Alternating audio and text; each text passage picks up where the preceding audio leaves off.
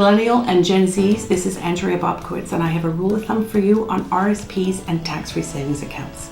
I've been in the business for 25 years now, and I want to tell you that I have some great information for you, and I realize my experience and my age, I know beauty and experience doesn't really cut it for you guys, but I'm telling you, I'm bringing it to the table. I'm here to tell you about 3 different areas that the government has given you opportunities to actually exponentially grow your money. Number 1, RSPs. Number 2, tax-free savings account. And number 3, defined contribution plans. So let's start with the first one. You have RSPs and tax-free savings accounts. 2 very important things you need to know about these guys. Number 1, all money that you could put into this plan is cumulative. All cumulative money that you put into an RSP or tax-free savings account, if you are not able to put the money in that particular year, it just accumulates year over year. So if you're not able to do it, don't worry about it. It accumulates. And that actually is the biggest benefit you could possibly have. The government rewards RSP contributions with a tax credit.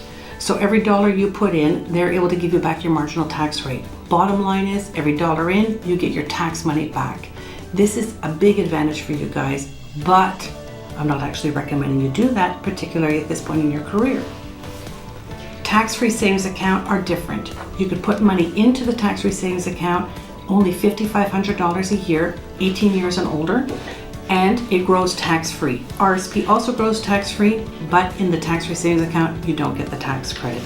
Here's the rule of thumb, the big one, here it comes. If you're earning $45,000 or less, do not put the money in the RSP. This is not advantageous to you. You're going to get a tax credit of less than 30%, and the money's locked in for life. So here's the big deal.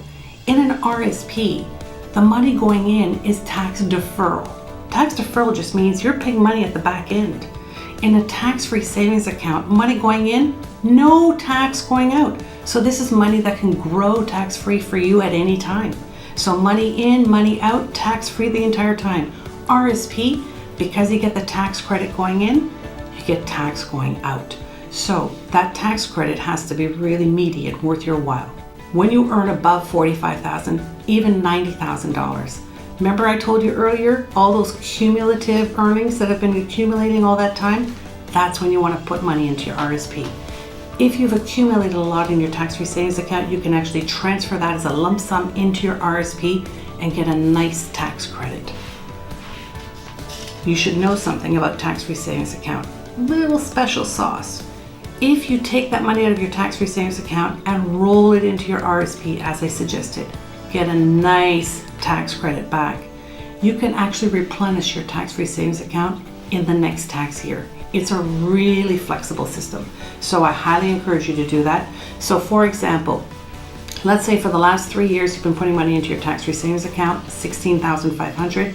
You take it, you dump it into your RSP. When you're earning over $45,000 a year, you get your tax credit back. The next tax year, you could put back $16,500 plus your $5,500 a year.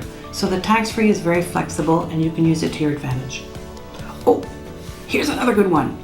Always say yes to free money. That's the 3rd one of my list. We've talked about RSPs, tax-frees. Here's the last one.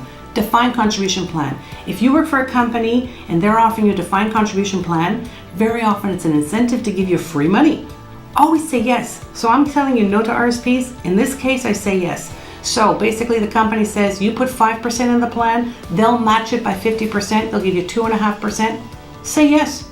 This is a nice way to grow your assets. It's really worth your while. Here's the information.